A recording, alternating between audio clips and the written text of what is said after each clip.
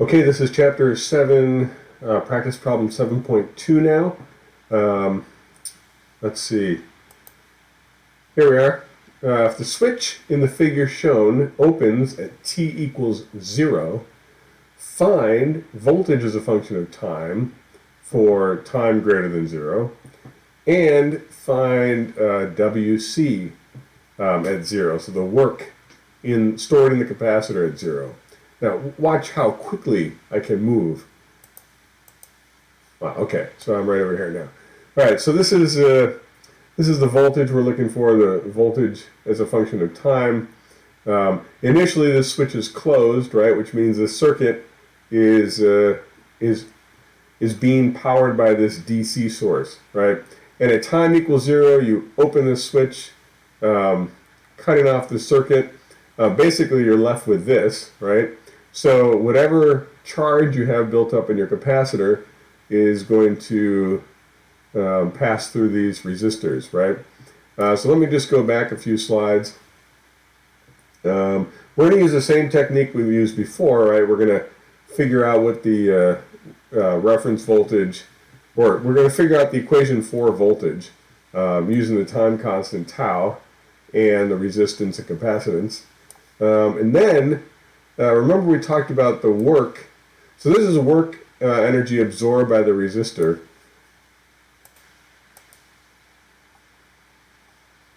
Okay, sorry, I accidentally hit pause. So this is the work absorbed by the resistor.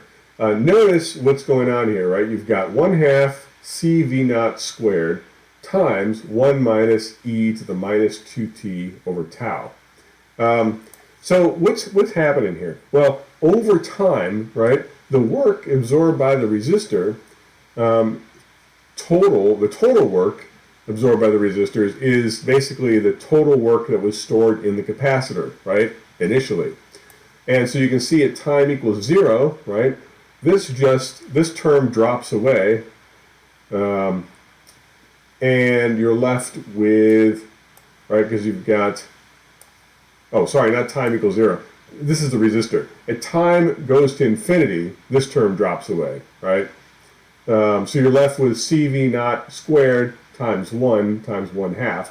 This is the work absorbed by the resistor after an infinite amount of time, which is the same as the work stored in the capacitor at time 0. All right, so those are the equations we're going to use.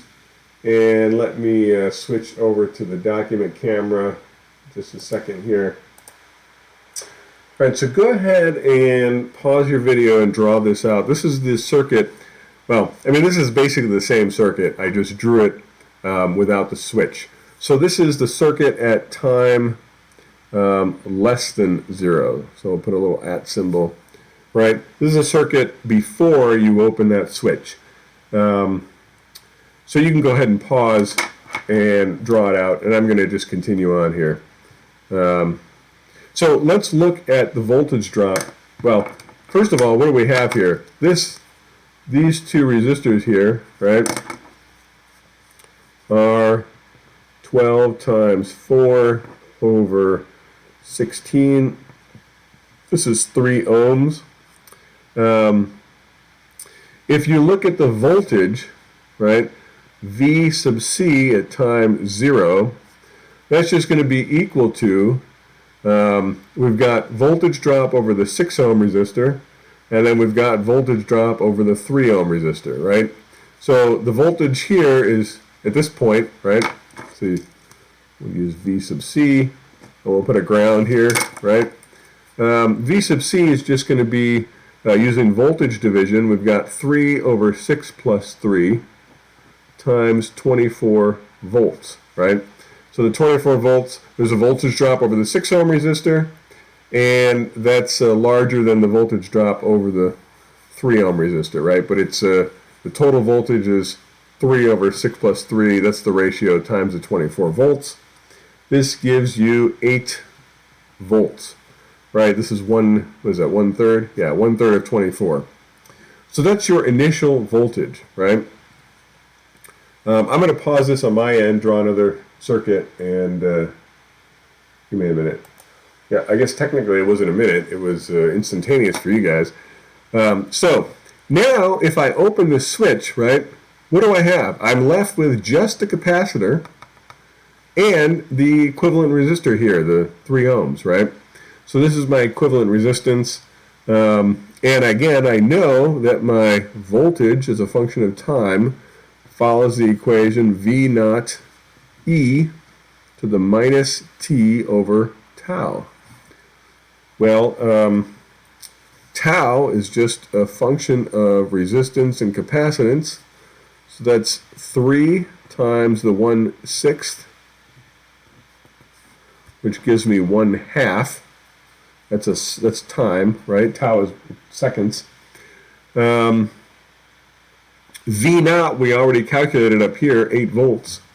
So I have V as a function of T equals 8 e to the minus. If I put the 1/2 in for tau, I'm going to get a minus 2t. So this is voltage as a function of time for this circuit. And the second part of this problem asks for the work stored in the capacitor, right? What's the total energy or work in the capacitor? So we're going to use the equation we have. The work in the capacitor is going to be equal to 1/2. Well, let me just start from the beginning here. The work of the capacitor at 0 is going to be the work that goes through the resistor at t equals infinity, right? Which is going to be work in the resistor at infinity is, we've got 1/2 CV naught squared times 1 minus e to the minus 2 infinity over tau. Right, so this term goes to 0 as t goes to infinity. So work stored in the capacitor is equal to 1/2 CV naught squared. So that's what we're left with, and this is basically equal to 1/2 times 1/6 times 8 squared. So this is volts, farads, the 1/2, right? So we've got 64 divided by 12. We get 5.33 joules. So this is the work stored in the capacitor at time 0. So that's how you do the problem. And yeah, again, any questions, post in the comments below. Thanks for listening.